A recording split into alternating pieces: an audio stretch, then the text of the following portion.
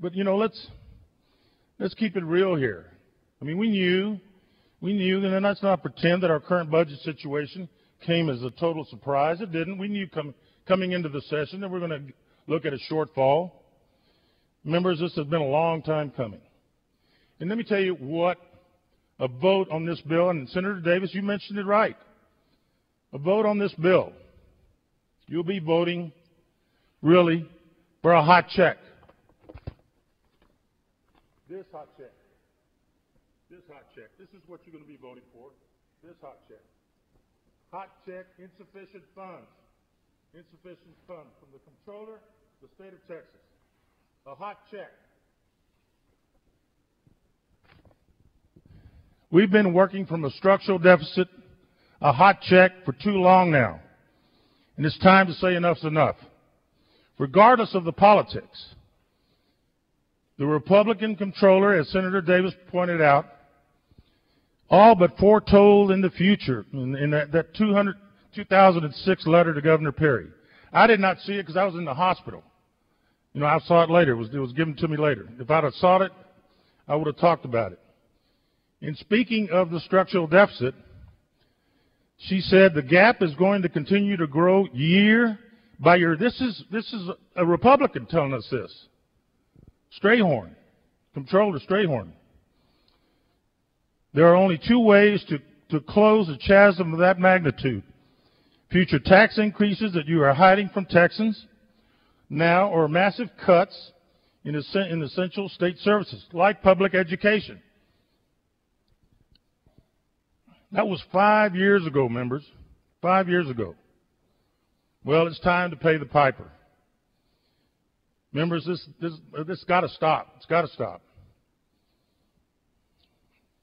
I cannot support a budget that continues, like Senator West said, to kick the can down the road and filling huge budgetary gaps with smoke and mirrors. And enough's enough. Now, I don't know about the rest of you, but where I come from, if you write a hot check, they put it up behind the counter, you can't do business with those people anymore. You can't. That's in my district. I've been there, done that. You know about that, Senator Whitmire. They put your hot check, they post it on the wall. If you try to go buy groceries there, they will not receive or accept your check. Let me tell you, every Texas family should post a copy of this bill, if it passes, on their refrigerator and demand that we do better. Because it's nothing more than a hot check with insufficient funds, a promise that we can't keep. We pieced together a so-called balanced budget through drastic cuts, accounting tricks, and rainy day funds that's not there anymore in this bill. And it may not be approved by the House. We don't know. But the structural deficit, members, the root of the problem is still here, and it's not going away. I'm calling on all of you today to reject this bill until we fix the problem. It's time that we refuse a Band-Aid to Band-Aid a wound that needs stitches. And trust me, as a former firefighter and paramedic, this problem does need stitches, Dr. Duell. And problems won't go away just because we stop funding those solutions. Mark my words, we'll be here next session passing a supplemental appropriations bill to cover the expenses caused by underfunding essential state services. People will get sick, kids still need an education, roads still require maintenance, and disabled Texans still require care. Cuts to these programs will not save us money. It will cost us dearly, members.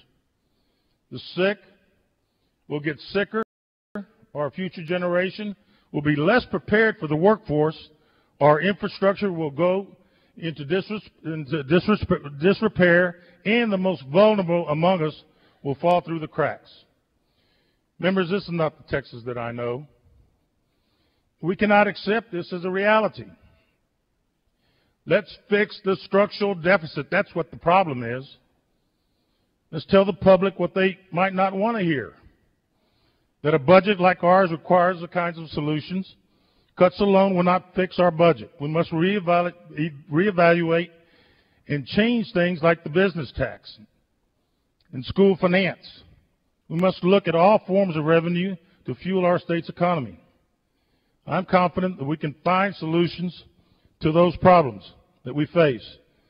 But the bill before us today is not the right solution.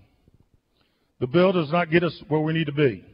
It will hurt millions of Texans in the meantime, members. Tonight, I'm voting against House Bill 1 because I think we can do better.